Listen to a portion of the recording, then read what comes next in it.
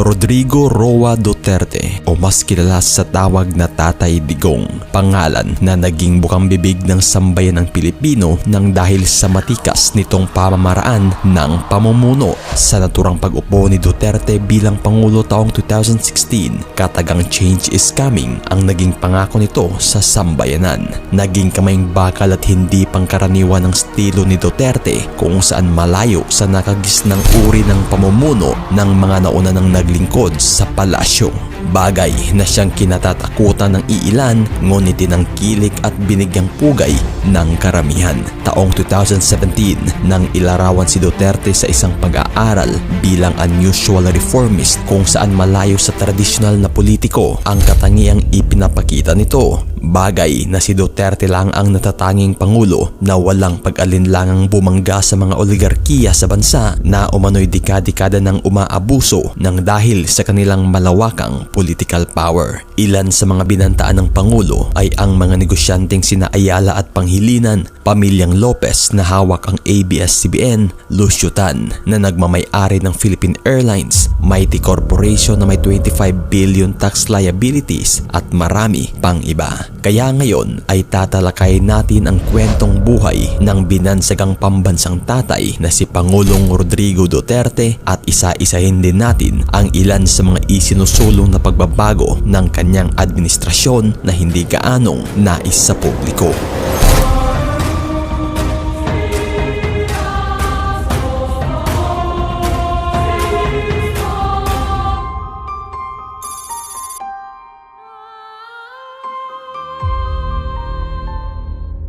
Bago pa man natin tatalakayin ang mga proyekto at batas na nagawa sa panahon ng administrasyon ni Pangulong Rodrigo Duterte, balikan na muna natin ang kwento sa kung paano nakamit ng isang tanyag na mayor ang pinakamataas na posisyon sa palasyo.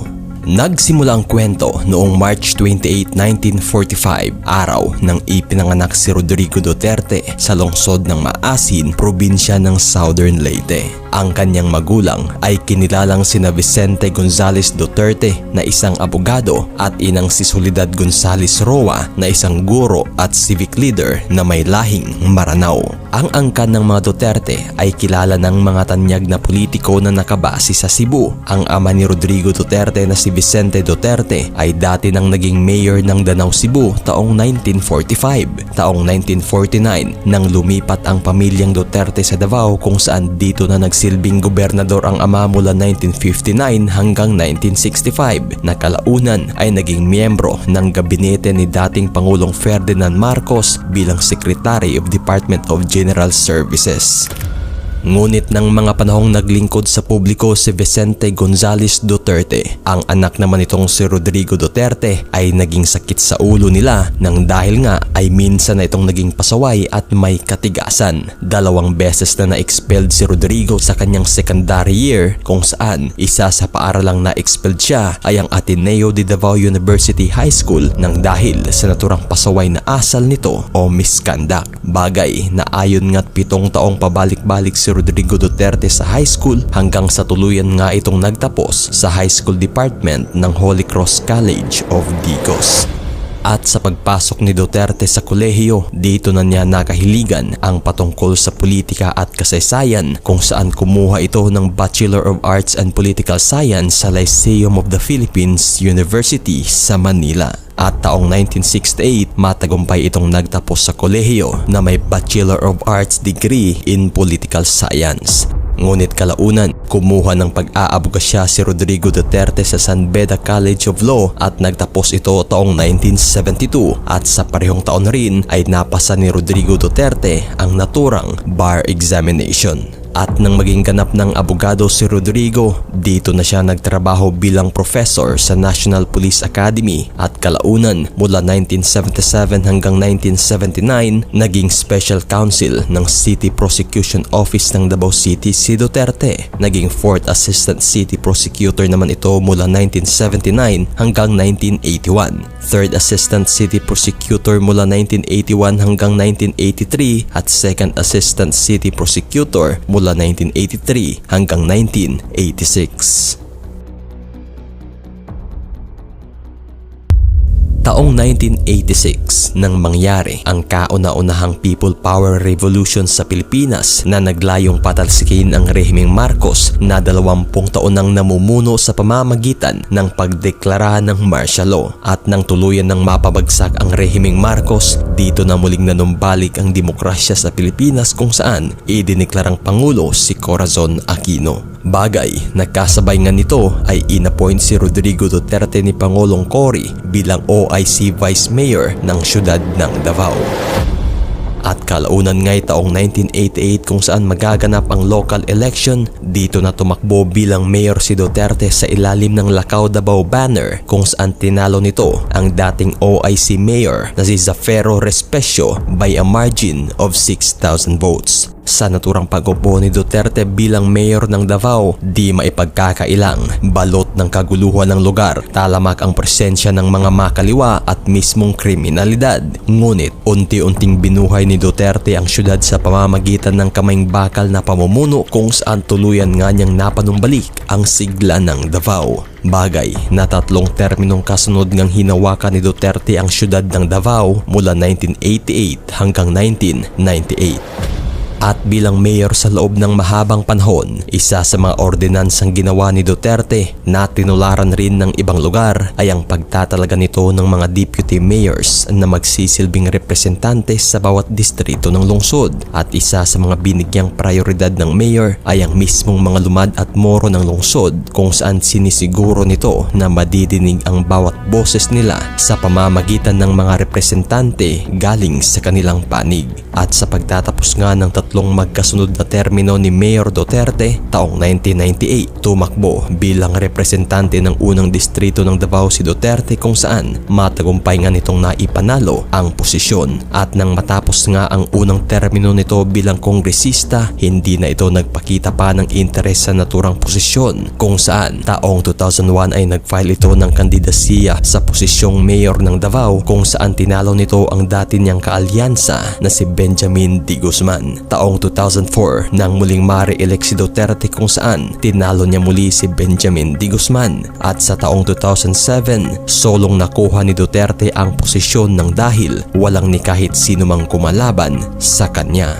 Bagay na muli ngang naipanalo ni Rodrigo Duterte sa pangalawang pagkakataon ang 3 magkasunod na termino mula taong 2001 hanggang 2010. At isa nga sa pinakamaipagmamalking proyekto ng kanyang termino ay ang paglunsad dito ng Davao City Central 911 Emergency Response kung saan may katumbas na serbisyo ng mga 911 Emergency Response ng Amerika. Bagay na ang naturang Davao Central 911 ay hindi lamang kauna-unahan sa Pilipinas kundi sa buong Asia at pangatlo sa buong mundo kasunod ng Amerika at Canada. At taong 2015 nang pumanglima ang syudad bilang World's Safest City na sa kasalukuyan naman ay pumapangalawa na ito bilang safest city sa Southeast Asia. At nang dahil nga sa naturang kamayng bakal na pamumuno ng mga Duterte sa Davao, tiningala nga ito hindi lamang sa kanilang lungsod kundi sa buong bansa. Taong 2016 nang naging bukang bibig na ng sambayanan si Mayor Rodrigo Duterte kung saan hangad ng mga taga-suporta nito ang pagtakbo niya sa national position. Bagamat ilang beses mang tinanggihan ni Duterte ang panawagan ng publiko, tila hindi pa rin ito naging dahilan upang siya'y tantanan ng mga ito. Bagay na dito na nga bumuo ang mga taga-suporta niya ng signature campaign na pumalo ng milyong bilang at isang malawakang campaign rally na naghihikayat sa mayor na tumakbo. Bagamat nagtapos man ang candidacy filing for presidency kung saan walang Rodrigo Duterte na lumutang, di pa rin nawalan ng pag-asa ang mga taga-suporta nito. At kalaunan nga, November 23 taong 2015, formal nang inanunsyo mismo ni Rodrigo Duterte na siya'y tatakbo sa pagkapangulo under PDP laban. At isa nga sa mga pangunahing saad ni Duterte sa kampanya ay ang pagsugpo nito sa illegal na droga sa loob ng 6 na buwan. Ika nga ni Duterte, change is coming. At sa mismong hatol nga ng taong bayan, landslide win ang nakuha ni Duterte na may 16 million votes. At sa pag-upo nga nito, War on Drugs ang naging pangunahing tema ng administrasyon kung saan naging madugo ito at nabalot ng kritisismo galing sa oposisyon at ng nasasabing human rights. Ngunit di maipagkakailang sinang-ayunan ito ng karamihan kung saan palaging may mataas na approval rating ang mismong Pangulo. Ngunit naging sentro man ng kontrobersiya ang gyera kontra droga ng pamahalaan kung saan pilit ibinabato ng oposisyon, hindi pa rin ito naging hadlang para matabunan ang mga di pangkaraniwang nagawa ng isang Pangulo. Si Duterte lang naman ang naging kauna-unahang Pangulo na walang pag-alinlangang pumuna sa namamayagpag na oligarkiya na humahawak ng malaking impluwensya sa bansa. Without declaring martial law, sinira ko yung mga tao na humahawak sa ekonomiya at tumihigpit. At hindi nagbabayad. They take advantage sa kanilang political power. Isa sa mga pinunteriya ng Pangulo ay ang bilyones na utang ng mga malalaking kumpanya sa bansa na dekada nang hindi nababayaran. Isa sa mga ito ay ang Filipino-Chinese tycoon na si Lucio Tan na nagmamay-ari ng Philippine Airlines. Lucio Tan has almost billion $30 billion. He has to pay. Yes. Lahat ito po. Matapos ngang maisapubliko ni Duterte ang naturang bilyones na utang ng Philippine Airlines na pagmamay-ari ni Lucio Tan, binigyang palugit ng Pangulo ang kumpanya ng 10 araw para bayaran ang pagkakautang. Bagay na binantaan pa itong ipapasara ang mismong airport na ginamit ng PAL kung sakaling di ito mabayaran sa loob ng 10 araw.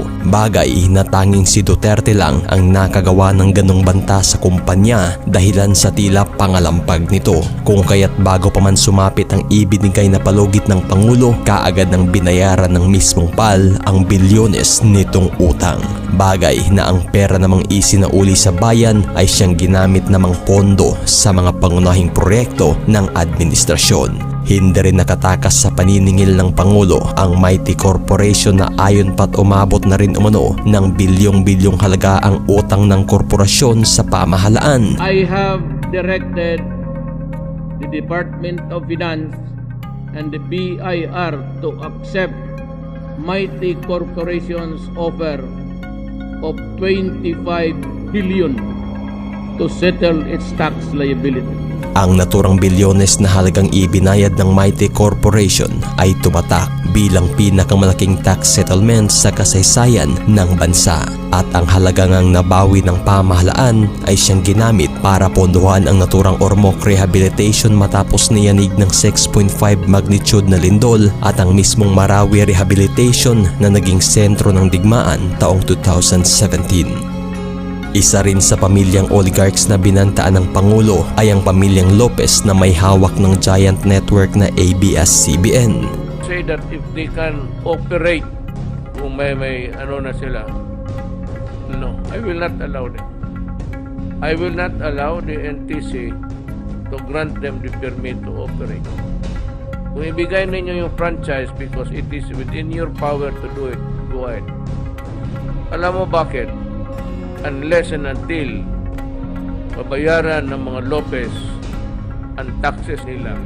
At nang dahil nga sa tila pagpakatigas ng pamilyang Lopez na bayaran ng umano'y bilyones ring taxes sa gobyerno, dito na tuluyan ngang hindi na renew ng Congress ang prangkisa ng ABS-CBN at tuluyang nasara taong 2020. Bagay na hindi rin nakatakas ang pamilyang Ayala at Panghilinan na nagmamay-ari at kumukontrola ng Maynilad at Manila Waters na siyang nagpapahirap umano sa milyon-milyong Pilipino sa Kamaynilaan. Una nang kinasuhan ng dalawang kumpanya ang mismong gobyerno ng Pilipinas sa Permanent Court of Arbitration sa bansang Singapore sa kadahilanan na nalulugi umano sila ng dahil sa hindi pag-aproba ng gobyerno sa pagtaas ng singil sa tubig. Bagay na naipanalo ito ng kumpanyang Maynilad at Manila Waters kung saan pinagbabayad ang gobyerno natin ng 7.4 billion sa Manila Waters at 3.4 billion naman sa Maynilad. Bagay na talagang pinalagan ito ni Duterte at isiniwalat ang naturang kontratang ginawa ng mga ito na umano'y pabor lamang sa mga negosyante. At bilang pagtugon, gumawa ng panibagong kontrata ang administrasyon kung saan may bantang bilin si Duterte kung sakaling di ito mapirmahan. But I tell you, you better sign the contract because it's good for the Filipino people. You do not sign it, I take over your operations, water district. Isa rin sa talagang naging legasiya ng administrasyon ay ang tinaguriang Build program nito kung saan inaprubahan ni Duterte ang mga malalaking proyekto at infrastruktura ng bansa na matagal nang nakatengka. Isa sa naisakatuparan ng administrasyon ay ang matagal ng planong Metro Manila Subway na may habang 33 kilometers at mayroong 17 station na inaasahang maging fully operational taong 2029. Tinatayang aabot ng 400 billion pesos ang inilagak na pondo ng gobyerno sa naturang proyekto. Nasimulan rin sa ilalim ng Build program ng gobyerno ang 147 kilometer na Clark-Calamba Railway na may 36 station na parehong inaasahang maging fully operational taong 2029. Tinatayang aabot naman ng 800 billion pesos ang inilagak na pondo ng gobyerno sa naturang proyektong ito. Bagay na ilan lamang ito sa mga napakarami at malalaking nagawang proyekto ng administrasyon na magbibigay ng kaginhawaan hindi man sa ngayon ngunit tiyak para sa susunod na henerasyon.